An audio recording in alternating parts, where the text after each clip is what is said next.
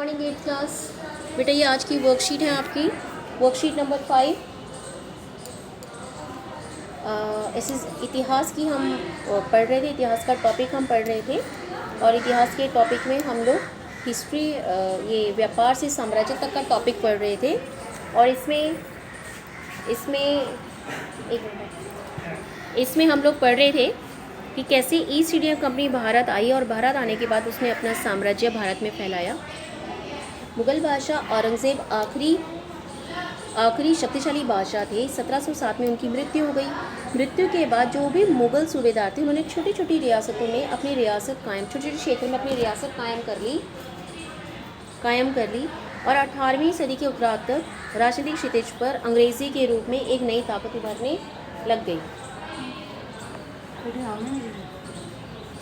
एक छोटी व्यापारिक कंपनी के रूप में भारत आकर धीरे धीरे इस देश के नीति निर्धारक बन गए। ये कैसे हुआ, कैसे पॉसिबल हुआ, इसको हमने देखना है। अब देखो, इसको हम स्टेप बाय स्टेप पढ़ते हैं।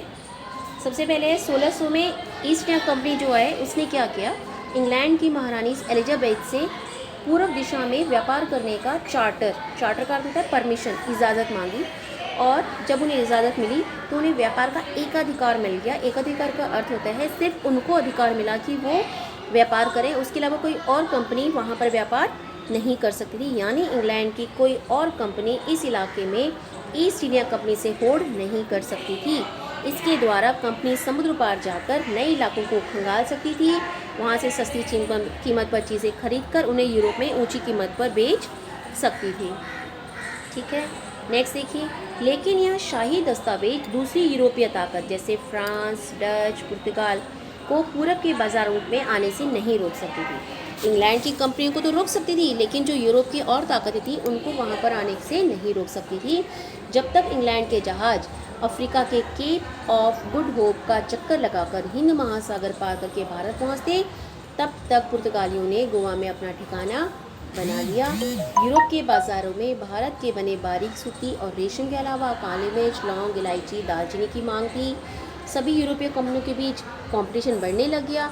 सभी लोग भारत में इन वस्तुओं का व्यापार करना चाहते थे, जिससे इन वस्तुओं की कीमत बढ़ने लगी और मुनाफा घटने लगा।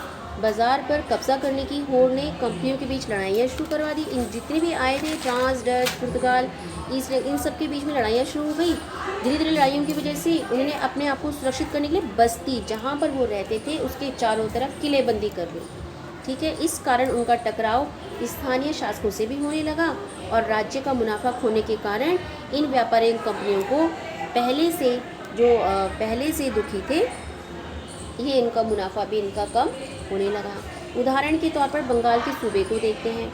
1651 में ईस्वी में हुगली नदी के किनारे पहली इंग्लिश फैक्ट्री लगी, जहां निर्यात होने वाली चीज़ों को जमा किया जाता था। जिन चीज़ों को बाहर भेजना था उनको वहां पर जमा कर दिया जाता था।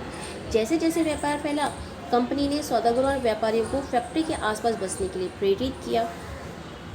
1696 तक आते आते कंपनी ने इस आबादी के चारों ओर किला बनाना शुरू कर दिया। 1698 में मुगल अफसरों को रिश्वत देकर 3 गांव की जमींदारी भी ले ली। एक गांव को कालीकता, जिसको अब आप कलकत्ता कहते हैं और अब कोलकाता कहा जाता है, वो बन गया। कंपनी ने मुगल बादशाह औरंगज़ेब से फरमान प्राप्त किया और बिना शुल्क चुकाए व्यापार करने की परमिशन ले ली। हालांकि ये अधिकार सिर्फ कंपनी को मिला था, न कि कंपनी के अफसरों को। लेकिन कंपनी के अफसर भी अपना निजी व्यापार करने लग गए और शुल्क नहीं चुकाते थे। बंगाल में राजस्व वसूली बहुत कम हो गई, क्योंकि कोई भी शुल्क नहीं चुकाएगा तो कहाँ से इनकम होगी। नतीजा, बंगाल के नवाब मुर्शीद कुली खान ने इसका विरोध किया। ठीक है, अब क्वेश्चन देखते हैं। ईस्ट इंडिया कंपनी को व्यापार के एकाधिकार चार्टर से क्या फ़ायदा मिला? ईस्ट इंडिया कंपनी को व्यापार के एकाधिकार चार्टर से यह फ़ायदा मिला कि उसके अलावा कोई और कंपनी वहाँ पर व्यापार नहीं कर सकती थी, इसलिए उसको किसी से कंपटीशन करने की ज़रूरत नहीं थी। अगला, यूरोपीय व्यापारी भारत की किन वस्तुओं को यूरोप ले जाकर बेचना चाहते थे? आप देखेंगे भारत में क्या था, सूती कपड़ा, रेशमी कपड़ा, काले मिर्च, लौंग, गरम मसाले। और उनका मुनाफा क्यों कम हो गया? क्योंकि जब सब लोग इन चीज़ों की मांग करने लगे तो फिर भारत ने उनकी कीमतें बढ़ा दी और उनका मुनाफा कम होने लगा। अपने जीवन से संबंधित किसी भी क्षेत्र में एक अधिकार, मतलब जिसमें सिर्फ एक ही व्यक्ति को अधिकार हो, किस प्रकार प्रभावित करता है, आपको कोई उदाहरण देना है। तो ये आपकी आज की वर्कशीट है, सभी बच्चे इसको ध्यान से करेंगे।